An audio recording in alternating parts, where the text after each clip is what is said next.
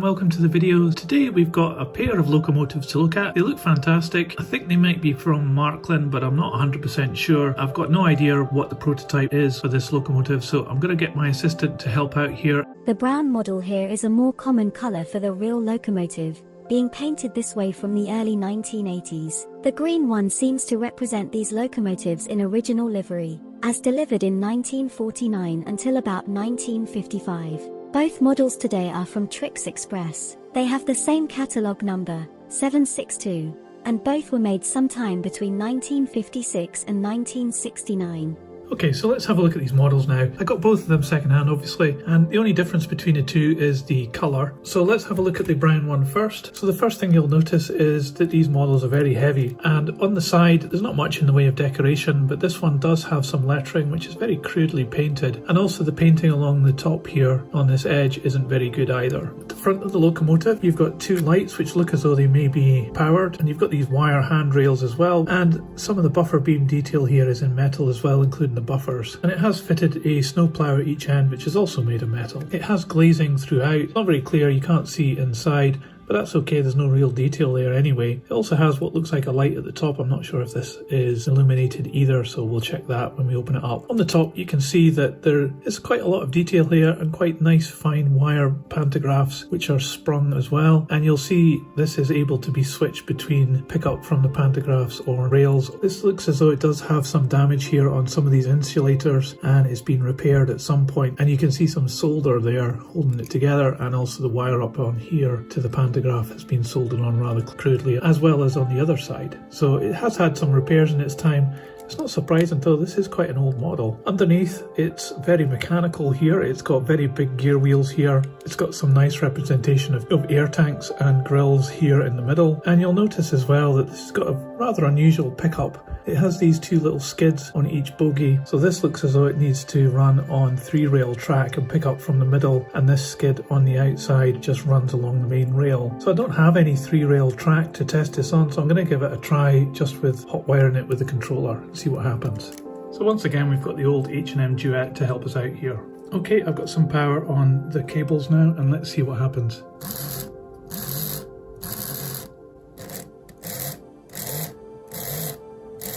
Okay, that one seems to be working fine, but I did actually notice a little bit of a design flaw here in that these skids can actually touch one another. They're quite loose. I don't know whether that's designed to be loose or whether it has just got loose over time, but what happens is that these can touch each other and then short out the locomotive. So you might want to check this first if you have one of these locomotives and it isn't working. Let's give the green one a try. So first of all, to note on the green one is that the windows are a lot clearer and you can actually see inside this locomotive. There's nothing to see though, there's just wires there and the mechanism. The painting on these letters is a bit better as well, but it's still not very good. Some of it's come off. It could actually just be with age. And there's a bit of difference up on the top here. This part of the pantograph is a different colour than the brown one, and the pantograph as well is much springier. I don't know whether the springs have been changed or not. There hasn't been any damage to this one across the top, but it does have a bit of discoloration here. So I think this one's in a bit better condition. You'll see that the paint here is much better defined between the two. There's also quite good paint in here on the 255 number on the front. It does have some staining up here. This could be because of age. But other than that, this model is identical to the other one. And it also operates in the same way. We'll just give it a bit of a test. So same as before, I'm just going to prod it with the power. So you can see with this one that the lights work as well, which is great. So having looked underneath both of these, I can see actually there are some small differences here. One noticeable difference is that the skids that pick up the power on this one, they look as though they're made of brass, whereas they're made of just, I think, steel on the lower one. There's also a difference on the gear wheels here. This one looks as though it's made of plastic, whereas these are made of metal. But the biggest noticeable difference is actually here where it says made in Eastern Germany, and it doesn't say that on the other locomotive. So out of the two, I'm actually thinking that possibly the brown one is the older one by a little bit, but I'm not 100% sure. The green one certainly is in better condition, so we're going to open up the brown one and have a look at the mechanism. So while doing this, we're going to have to be very careful not to damage the pantographs or any of the other little parts on the roof. They seem quite delicate, so we'll need to be cautious of that when we're doing this. So the first step is to remove this centre part. There's a screw right in the middle here, so we're just going to take that out. So that's removed quite easily, and with that removed we can now lift the body off quite easily. So you need to be careful when you're doing this to not break this cable here which leads up to the pantographs. But you can see that the chassis is made of this pressed steel part and is attached to both the bogies, and then these extra end parts are attached onto the bogies. There's a bit of movement here, that's probably indicative of the age of this model. The motor's sitting up here. It looks to be just a 3-pole motor. It runs down to the front bogie through these gears here. So it's quite a robust drive shaft, it's all made of metal. So it's quite a simple construction, this model, but it's quite interesting because it doesn't have the chassis going the whole length of the locomotive. The bogies are playing an integral part in being part of the chassis. For just looking at the inside again, you can see that the brown paint goes all the way inside here, so I don't think this has been repainted at any point. I think this came out of the factory like that. So this does make me think that the roof has been repainted at some point in the past, and that's maybe why it has. So this part here on the roof is where you can switch between pickup and non-pickup from the overhead. You can see underneath that it corresponds to this cable here. So in the position closest to the camera, this would not be picking up from the overhead wires. And I'm just going to prod with the power again to see what happens. That's good, but I'm still not convinced that this model doesn't actually have lighting. So I'm going to take this screw off and have a look underneath here.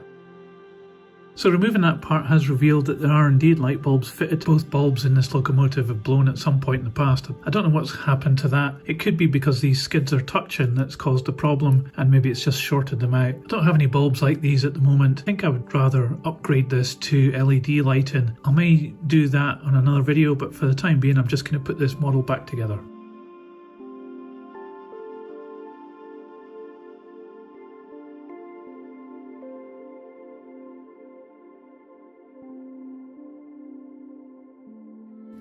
Okay, we've got this one back together now. That wasn't too difficult, but I'm curious to see if the green one is the same, so let's take that one apart now. So this model looks identical to the previous one. There's no differences at all as far as I can see.